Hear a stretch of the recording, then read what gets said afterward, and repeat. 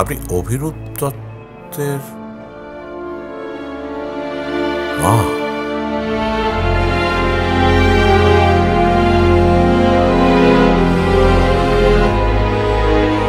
সুলতা, তুমি? আপনি কি আমাকে চেনেন? তুমি আমাকে চিনতে পারছো না সুলতা? আমি দীপঙ্কর।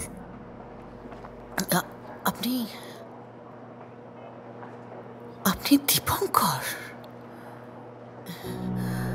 এই ব্যাংকের ম্যানেজার? হ্যাঁ সুলতা, তোমাকে ডিভোর্স দিয়ে ছেড়ে চলে আসার পর ব্যাংকের চাকরিটা পেয়েছিলাম, কিন্তু তোমাদের আর পাইনি। বিশ্বাস করো, চাকরি পাওয়ার পর আমি অনেক খুঁজেছি তোমাদের। কেমন আছো? ভালো। আমি কেমন আছি জানতে চাইলে না তো? প্রয়োজন নেই তাই। ঠিকই বলেছ। আমি আসলে তোমার কাছে অনেকদিন আগেই অপ্রয়োজনীয় হয়ে গেছিলাম।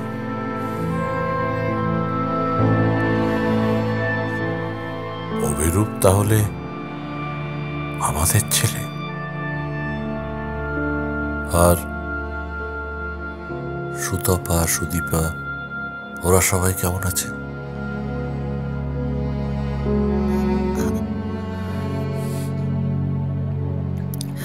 সবই মনে আছে তাহলে? মনে আছে।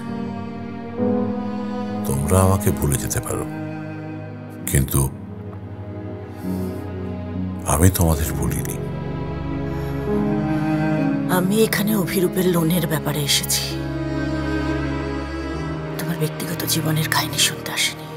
তা ঠিক। তার মানে তুমি আমাকে এখনো ঘৃণা করো?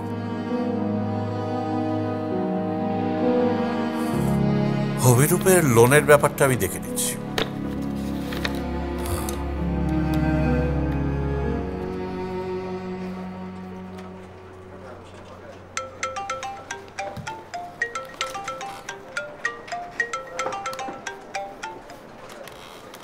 হ্যালো অভিরূপ বাবু, আপনার লোনটা পাস হয়ে গেছে। লোনটা পাস হয়ে গেছে? হ্যাঁ sir, thank you so much sir. মানে আপনাকে অনেক অনেক ধন্যবাদ স্যার। মানে আমি বুঝতে পারছি আপনাকে কি। হ্যাঁ, তবে ওই সামনের শুক্রবার আমি একবার আপনার জায়গাটা দেখতে যাব। হ্যাঁ, কোনো অসুবিধা নেই স্যার, ঠিক আছে। ওকে।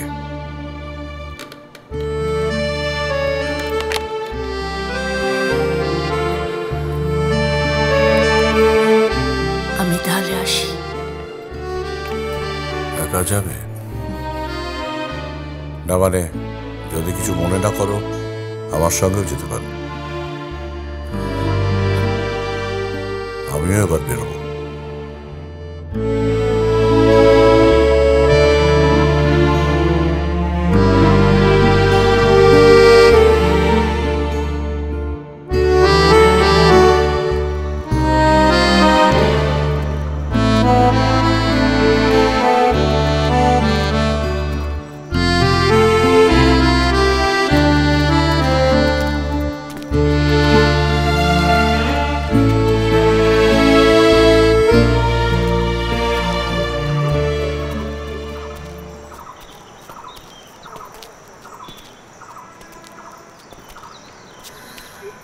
এখানে আসার কারণ?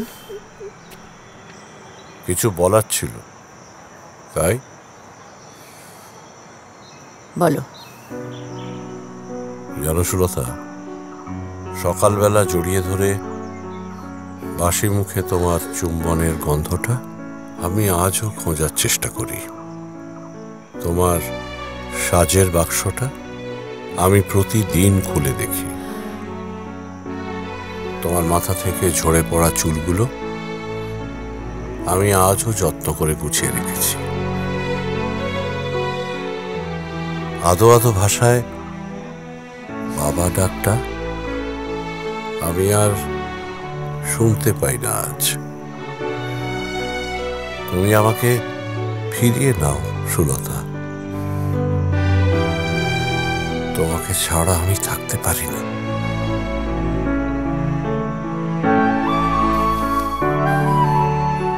তুমি আর বিয়ে করনি?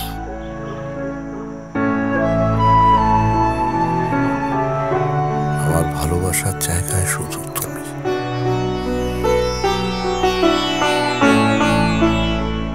তুমিও তো বিয়ে করনি।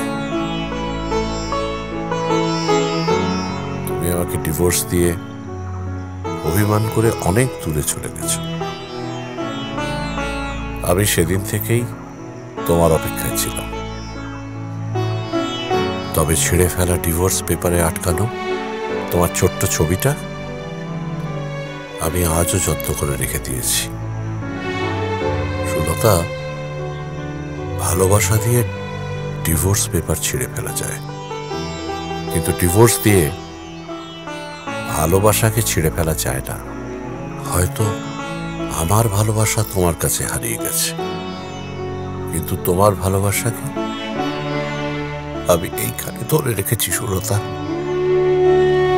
এইখানে ধরে রেখেছি।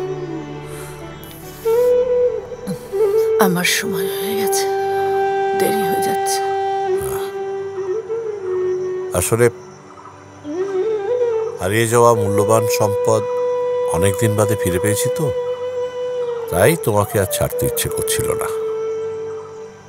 চলো তোমাকে এগিয়ে দিই, চলো।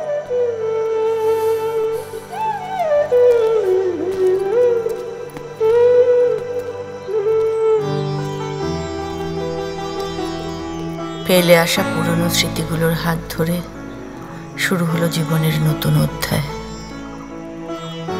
জানি না এই পড়ন্ত বেলায় নতুন অধ্যায়ের অঙ্কের হিসেবগুলো ঠিক মেলাতে পারবো কিনা।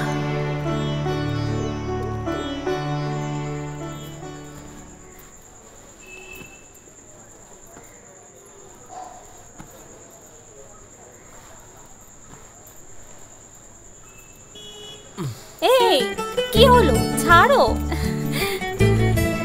একটা ভালো খবর আছে। কি ভালো খবর আছে? ম্যানেজার লোনটা স্যাংশন করে দিয়েছেন। সত্যি? হ্যাঁ, দাঁড়াও মাকে জানিয়ে আসি। এই শোনো না, কি বলছি, মা না একটা ভালো শাড়ি পরে কোথায় যেন গেলেন, কিছুই তো বলে গেলেন না। কোথায় গেছে জানো না? না, জানি না।